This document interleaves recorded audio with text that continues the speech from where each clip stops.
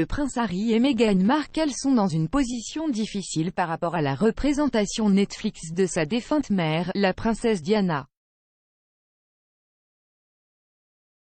Le prince Harry a déjà défendu la série originale de Netflix The Crown, affirmant que bien qu'il s'agisse d'un drame fictif, il est vaguement basé sur la vérité. Depuis qu'il a quitté la famille royale en janvier 2020, le couple a signé plusieurs accords dans le but de devenir financièrement indépendant. Cela comprend un accord Netflix avec leur société de production, Archewell Productions, dont la valeur pourrait atteindre 150 millions de livres sterling. Rédacteur en chef du Daily Mail Diary, Richard Eden s'est entretenu avec Joe Elvin sur Palace Confidential.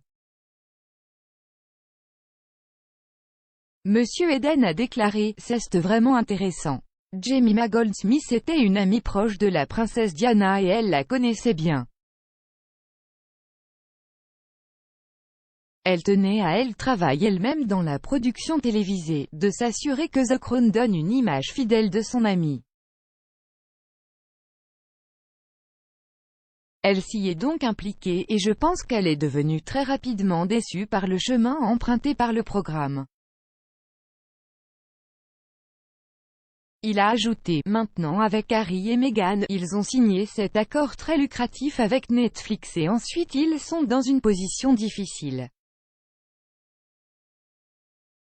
Rappelez-vous, nous avons eu Harry défendant la couronne lorsqu'il a été interviewé par James Corden en train de parler, vous savez, c'est assez réaliste. Donc, il fait ce que ses payeurs veulent qu'il fasse et je pense que c'est très inconfortable.